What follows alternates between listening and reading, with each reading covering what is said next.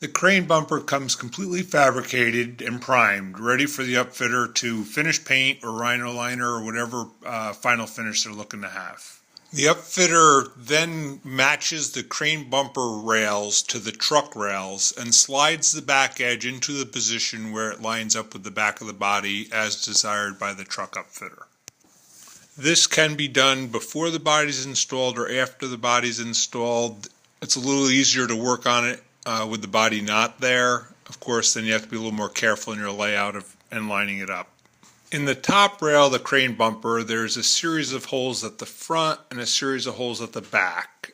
These are designed to give some flexibility in lining up that back edge, and then the truck rail has to be drilled to match the existing holes in the crane bumper. You're required to put 2 bolts in at the back and 2 bolts in at the front, which is what's required. The other holes are extra. Each truck has its own splice plate. All those 5 holes that you see, you only see 2 bolt holes in. The other 3 don't have them in because this is on just a test trailer just for demonstration purposes. But all 5 of those holes, the 4 holes in the slot, would line up with the holes on an existing F350 to F550. We have different splice plates for different vehicles, and then that would get bolted into place with no drilling.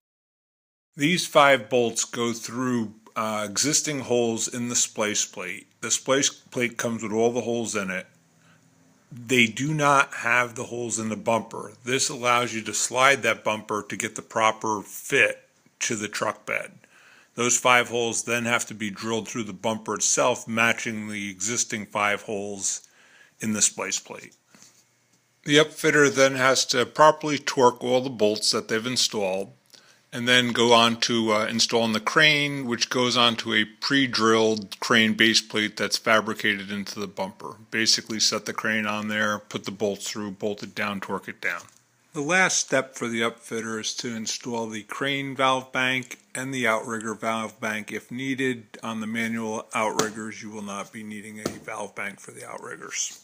The crane valve bank comes as part of the crane. We do offer an optional pull-out tray that locks in the outer position as shown in this picture. The outrigger valve bank and the hoses are not provided as part of the crane bumper. We do offer an optional valve bank and we do offer an optional hose kit for it.